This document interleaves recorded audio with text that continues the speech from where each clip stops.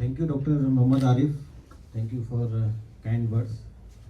So actually we are running late and I am coming between you and lunch. So हम लोग क्या करेंगे कि स्पायरोमेट्री मेरा ही वर्क स्टेशन है वर्कशॉप में, तो डिटेल हम वहाँ पे डिस्कस कर लेंगे. Just I take 10 minutes just to understand principle. So I have divided this talk on principle of spirometry, interpretation of various pulmonary function tests. क्योंकि अब सब हो चुका है, डीएलसी हो चुका है, बॉडी पैक भी हो चुका है, तो I thought I should discuss cases. So I have taken 26 cases, but definitely there is no time to discuss, so we will discuss on workshop time. And third part was spirometry procedure and technical part. Definitely we will discuss in hands-on workshop.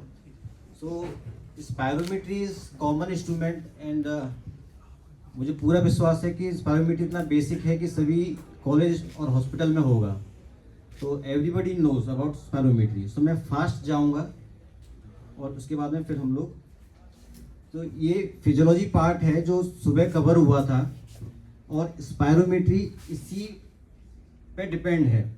जो normal हम सांस लेते हैं छोड़ते हैं, ये tidal volume है, this is tidal volume. Now inspiratory reserve volume, inspiratory capacity and inspiratory reserve volume. इसका मतलब ये है कि हम नॉर्मल सांस से कितना और ऊपर ले सकते हैं, कितनी कैपेसिटी है और कितना खींच सकते हैं, that is inspiratory reserve capacity, vital capacity plus IRV. फिर कितना छोड़ सकते हैं जोड़ लगा के, नॉर्मल सांस लेने के बाद में कितना छोड़ सकते हैं, that is expiratory reserve volume and expiratory FRC after normal tidal breathing. अगर पूछा जाए लंग की कैपेसिटी कितनी है सांस लेने की और छोड़ने की, तो लंबा सांस भर के फिर आप कितना छोड़ सकते हैं, दैट इज वाइटल कैपेसिटी. जैसे वर्ड से ही लग रहा है वाइटल, और कैपेसिटी मतलब vital organic capacity, lung capacity, तो कितना लंबा खींच के कितना सांस बाहर छोड़ सकते हैं टोटल. पर लेकिन एक बात गौर करने वाली है कि कितना भी कोशिश कर लो, लंग कभी कंप्लीट कोलैप्स नहीं होते हैं. ये गॉड गिफ्ट है कि सर्फेक्टेंट और मसल्स इतनी होती हैं कि कभी कंप्लीट कोलैप्स नहीं होता है. तो जो वॉल्यूम रह जाता है, that is reserve volume, residual volume. We can not measure by spirometry, we need to have body plethysmography to measure residual volume. In spirometry we can measure all these things. History already बता चुके हैं sir. वैसे ये Hutchinson ने किया था, जो कि ये वाली बुक सबने पढ़ी होगी यूजी डेज में, तो सेम हचिनसन है जिन्होंने स्पायरोमेट्री डिस्कवर किया था. So we can not measure residual volume, FRC and total lung capacity, क्योंकि हम लोग इन तीनों में रेजिडुअल वॉल्यूम आता है. We can not measure FRC and TLC. So vital capacity जिसमें मैंने बताया था अभी, नॉर्मल टाइडल ब्रीदिंग, उसका लंबी सांस जितना खींच सकते हैं पूरा लंग्स भर के, then we have to blow maximum capacity, that is vital capacity. तो नॉर्मल लंग कैपेसिटी तक जाइए, उसके बाद में जितना एयर निकलेगा, दैट इज वाइटल कैपेसिटी.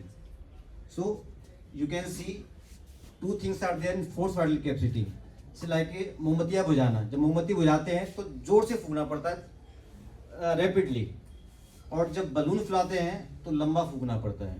तो यही वो है FVC, कि जोर से फूकना है और लंबा फूकना है जब तक कि फेफड़ा खाली ना हो जाए. सो this is FVC versus slow vital capacity.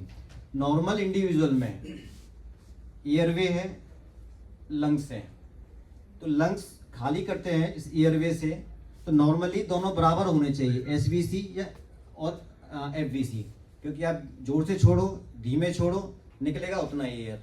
लेकिन इम्फाइसीमा के केसेस में अगर आप फोर्स लगाओगे तो जो स्मॉल एयरवे है वो कोलैप्स हो जाएगा. तो इसमें क्या है, फॉल्स लो आएगा FVC, तो लगेगा कि रेस्ट्रिक्टिव पैटर्न है, लेकिन because of emphysema and collapse of small airway it will lead to reduction in FVC. तो उस केस में हमें SVC देखना पड़ेगा to know exact vital capacity. So curve and volume we know all, flow volume curve, and this is classic time volume curve. So normal volume time graph, तो इसमें देख रहे हैं कि एस एक्सिस पे टाइम है, इधर वॉल्यूम है। ये हमने सबने देखा होगा अपने पीजी फर्स्ट ईयर में। तो पहले ही सेकंड में ये टोटल वाइटल कैपेसिटी है, ये वाला वाइटल कैपेसिटी, ये तो हम छोड़ सकते हैं मैक्सिमम। तो majority of volume we can expel in 1 second, that is FE1, force expiratory volume 1 second. उसके बाद तो फिर ये पैरेलल हो जाता है 2 सेकेंड के बाद। तो नॉर्मल इंसान लगभग 2 से 2.5 सेकेंड में पूरा वाइटल कैपेसिटी अपनी निकाल सकता है। उसके बाद तो फॉर्मेलिटी है सारी। This is normal flow volume loop. This is how fast, कितना जोर से निकाल सकता है, रेट वॉल्यूम पर सेकेंड। ओके, तो इसमें आप देख रहे हैं कि पहले सेकेंड में बहुत ज़्यादा फास्ट जा रहा है। ये जो फ्लो है लीटर पर सेकेंड मैक्सिमम होती है फर्स्ट सेकेंड में, उसके बाद रिड्यूस होती है। इस तरह से वॉल्यूम आता है। ये ग्राफ देखना जरूरी है क्योंकि इसी से पता लगेगा कि हमारा स्पायरोमीट्री ठीक हुआ है कि नहीं हुआ है। And by seeing these graphs we can assess whether patient is obstructive और restrictive. So this is I'll discuss in workshop station. So ये है, ये जितना मोटा पाइप होगा उतना अच्छा है। नॉर्मल इस तरह का पाइप होता है, तो इससे क्या है कि लंग्स खाली करने में आसान होता है। अगर यही पाइप छोटा कर दिया जाए इसका मुंह, क्योंकि एल्वोलाई आर नॉर्मल, लेकिन पाइप अगर छोटा हो गया तो उसमें से अगर फूकेंगे तो हमें देर तक फूकना पड़ेगा। We can not blow fast. तो that is how we see obstruction. So this is normal airway and this is obstructive. You can see patient will take time to exhale because this जिसका जो pipe है वो छोटा हो गया है। So you can see this is beautiful graph taken from Dr. Sandeep Salvi. So this is total FVC in 1 second. This is FE1. Around more than 70% patient that blow in 1 second. 2 second में लगभग FVC के बराबर आ जाता है। उसके बाद तो फिर फॉर्मेलिटी है।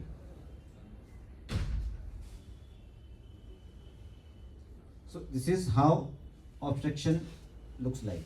तो पहले सेकेंड में नॉर्मली कहाँ पे आ रहा था, 70% पे। अगर 70% से कम है दैट इज ऑब्स्ट्रक्शन। और पेशेंट को पतला पाइप हो गया तो उसको ज़्यादा समय लगेगा फूकने में। तो यू कैन सी 6 सेकेंड तक उसका ग्राफ चल ही रहा है। In fact in COPD patient they can blow up to 15 second because of smaller airway. So this 3 graph you can see. So normal is this one, white one. Now mild obstruction जो था यहाँ पे ये FE1 है, ये कम हो गया। Then severe moderate obstruction, then severe obstruction. ये सब ग्राफ वर्कशॉप स्टेशन में देखने को मिलेंगे सारे। सो this is flow volume loop. This is slight concavity. This is mild obstruction, this is moderate obstruction and this is severe obstruction. Flow भी कम हो जाएगा, FVC भी कम हो जाएगा because of collapse of small airway.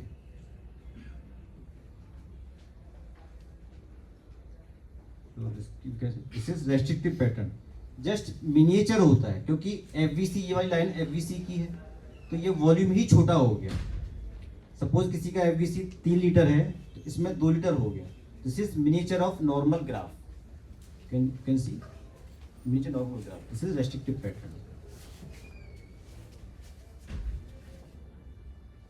So this is flow chart. As previous speaker told that we should proceed from spirometry. So FE1 by FVC normal should be more than 70%. Then we have to check FVC because this is normal. If FVC is reduced, it is restrictive pattern. मैं कह रहा हूँ restrictive pattern है. I am not saying restrictive lung disease है. Restrictive pattern है. It may be normal also. To confirm restrictive lung disease, we have to do plethysmography. We have to see total lung capacity. Only 40% of reduced FVC, they used to have true restrictive lung disease.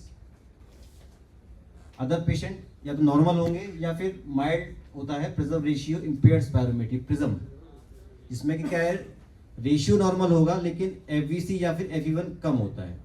And इसका importance ये है कि ये future में जाके दे में lead to COPD. Okay, अगर 70% से कम है definitely we can say there is obstruction. अगर एफवीसी नॉर्मल है तो प्योर ऑब्स्ट्रक्शन हो गया। अगर एफवीसी भी कम है तो दो कंडीशन हो सकती हैं, या तो मिक्स्ड पैटर्न हो सकता है या इम्फाइसीमा होता है। जैसे बताया था कि इम्फाइसीमा में फूकते फूकते जाएंगे तो जो स्मॉल एयर भी होता है कोलैप्स हो जाता है, that give false low FVC. This is low FVC. Reversibility criteria we all know that after bronchodilation there should be improvement by 12% and 200%. Okay, in children more than 12%.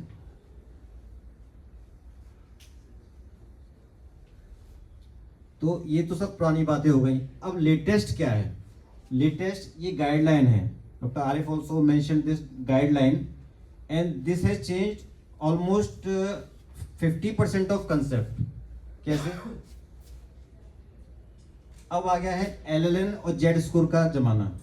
तो इसमें आया क्यों? क्योंकि 70% लेना एक जस्टिफाई नहीं है सबके लिए। जो बूढ़ा आदमी है उसके लिए जस्टिफाई नहीं है, छोटा आदमी है उसके लिए जस्टिफाई नहीं है। आप जो समझे उसके लिए एप्लीकेबल है लेकिन सबके लिए एप्लीकेबल नहीं है। तो देयर शुड बी रेंज। ऐसा नहीं है किसी का 0.7 से 0.69 आ गया तो एबनॉर्मल हो गया। There should be range. तो रेंज कितना होना चाहिए? ये रेंज है, ये this is 5% and this is 95%। अगर इस बीच में रेंज में है तो we consider as normal. This is LLN, lower limit of normal. 5% से नीचे है दैट इज एबनॉर्मल। अगर 95% से ऊपर है दैट इज एबनॉर्मल। तो नॉर्मल क्या है? Between this limits. अगर जेड स्कोर देखें तो ये हो गया -1, ये होता है 1.65। तो -6.5 से +6.5 इज नॉर्मल। अगर कोई वैल्यू इन दोनों के बीच में फॉल हो रही है दैट इज नॉर्मल। और ये सभी में एप्लीकेबल है, चाहे एफवीसी हो, एफई1 हो या टीएलसी हो, डीएलसी हो, सभी में एप्लीकेबल है ये वैल्यू। और इसी बेस पे गाइडलाइन रिवाइज हुई थी। तो they are using LLN only 5% and 95%। अगर 5% से कम है तो लो है, 95% से ज़्यादा है तो हाई है। And we should not use 0.7 as a cut off. Guideline doesn't recommend, पर अभी भी जीना गोल्ड में मेंशन किए हुए हैं, but I hope they will change later और sooner. Another change is that bronchodilator response. अभी तक जो हम लेते आए हैं, जो अभी भी जीना गोल्ड में लिखा हुआ है, वो ये है more than 12% 200 ml, but it should be changed to this one. This is more than 10% of predicted value in FE1 और FVC। पहले क्या था कि मेरा लो आया है, मैं दोबारा फूका, अगर मेरा 12% बढ़ गया तो मैं बढ़िया है। लेकिन अब ऐसा नहीं है। अब क्या है कि जो मेरा होना चाहिए, मेरा 5 लीटर होना चाहिए, उससे 10% बढ़ना चाहिए, then only we can say reversibility. So this is I think major change. Another change is that mild moderate severe. तो तारिफ ने भी मेंशन किया था कि अब हम लोग 70, 30, 40 सब यूज नहीं करते हैं। पहले क्या था सीओपीडी में 80, 50, 30। अब नहीं है, अब जेड स्कोर है। Mild 1.65 to 2.5, moderate 2.5 to 4 and severe less than 4.1। तो ये वैल्यू हमें याद रखनी है। अगर इस वर्कशॉप से आपको याद रखना है तो ये वैल्यू हमेशा याद रखनी है, ये वाली, क्योंकि आने वाली रिपोर्ट्स में यही मिलेंगी आपको। वर्क स्टेशन पे सभी इसी में रिपोर्ट आएंगी सारी। And this is how we should calculate bronchodilator response. So post minus pre upon predicted, कितना प्रेडिक्टेड से कितना चेंज हुआ है, that is bronchodilator response. Example भी लिया है लेकिन टाइम नहीं है, तो I will discuss in workshop station. Upper airway obstruction सबको पता है, fixed obstruction, variable and variable intrathoracic. Fixed, कोई भी चीज मान लो गला घोट दो किसी का और फिक्स कर दो तो दोनों में रुकावट आएगी, सांस जाने में भी, एक्सपिरेटरी फेज में भी और इंस्पिरेटरी फेज में भी। अगर वेरिएबल है मतलब पार्शियल है कि जाने में कोई प्रॉब्लम नहीं है, आने में दिक्कत है, वेरिएबल है, तो अगर वेरिएबल एक्स्ट्रा थोरेसिक है तो प्रॉब्लम आएगी इंस्पिरेटरी फेज में। एक्स्ट्रा मतलब मतलब बाहर दिक्कत है तो अंदर जाने में दिक्कत आती है। एंड वेरिएबल इंट्राथोरेसिक है तो प्रॉब्लम आएगी बाहर इन एक्सपिरेटरी लूप में। इंस्पिरेटरी नॉर्मल होगा, इस तरह का कर्व। तो ग्राफ देख के बता सकते हैं कि ये कौन सा चल रहा है। सो अब interpretation, just we see 5 slides only and rest we will discuss in workshop station. So this is latest one. This is if F1 FVC is more than 5th percentile, मतलब 70% से ऊपर है, 5th percentile से ऊपर है, that is normal. अगर normal है then we have to check FVC more than 5th percentile है कि नहीं है, FVC नॉर्मल है कि नहीं है। अगर FVC भी नॉर्मल है तो नॉर्मल स्पायरोमेट्री है, अगर नहीं है तो रेस्ट्रिक्शन है। फिर कंफर्म करने के लिए TLC करना पड़ेगा। सेम है but we have to replace percentile from that cut off 0.7, otherwise same flow chart है। And this is flow chart for body breath. तो इसमें भी अगेन पहले क्या था कि 80 से 120% वाज नॉर्मल TLC, लेकिन अगेन अब LLN है, 5th percentile से कम है तो लो TLC है, अगर 95th percentile से ज़्यादा है तो हाई TLC है। ओके, सो अगर TLC नॉर्मल है, 5th percentile से मतलब कम है, नो मतलब नॉर्मल है, तो अब देखना है कि TLC ज़्यादा तो नहीं है। अगर ज़्यादा है तो मतलब लंग्स बड़े हो गए। लंग्स बड़े होने के 2 कारण हैं, या तो इम्फाइसीमा से बड़े हो गए या फिर कोई शुरू से ही बड़े हैं। किसी पेशेंट के, कोई हट्टा कट्टा पहलवान आदमी है, उसके शुरू से ही बड़े हैं, तो वी हैव टू डिफ्रेंशिएट। तो अगर हाइपर इन्फ्लेशन है then we have to check this ratio FRC upon TLC। अगर हाइपर इन्फ्लेटेड फील्ड है, मतलब हाइपर इन्फ्लेटेड है, FRC ज़्यादा है as compare to TLC, because emphysema में एयर रिटेंशन होती है, तो उसमें RV बढ़ जाएगा और FRC बढ़ जाएगा। तो अगर RV ज़्यादा बढ़ रहा है as compare to TLC then this is emphysema. अगर ये रेशियो बढ़ा हुआ है लेकिन TLC नॉर्मल है देन दिस इज, सॉरी ये वाला पार्ट लार्ज लंग। अगर FRC TLC रेशियो भी बढ़ा हुआ, मतलब नॉर्मल है लेकिन ये बढ़ा हुआ है, दैट इज लार्ज लंग। किसी का बड़ा है तो TLC बड़ा हो गया, उसका ये RV बढ़ा हुआ है और FRC बढ़ा हुआ है, सेम प्रोपोर्शन। तो सेम प्रोपोर्शन, तीनों चीज बढ़ी हुई है तो ये लार्ज लंग हो गया। इसका ये वाला पार्ट, अगर किसी का लंग बड़ा है, TLC बड़ा है, अगर ये रेशियो भी बढ़ा हुआ है दैट इज हाइपर इन्फ्लेशन और एयर ट्रैपिंग। TLC अगर नॉर्मल है और रेशियो बढ़ा हुआ है तो एयर ट्रैपिंग। अगर TLC नॉर्मल है और ये रेशियो भी नॉर्मल है देन इट्स नॉर्मल। इसी तरह से ये वाला चार्ट देखते हैं तो we will see while seeing interpretation. DLCU का है, doctor Arif have discussed. So this is master chart. So this is last slide.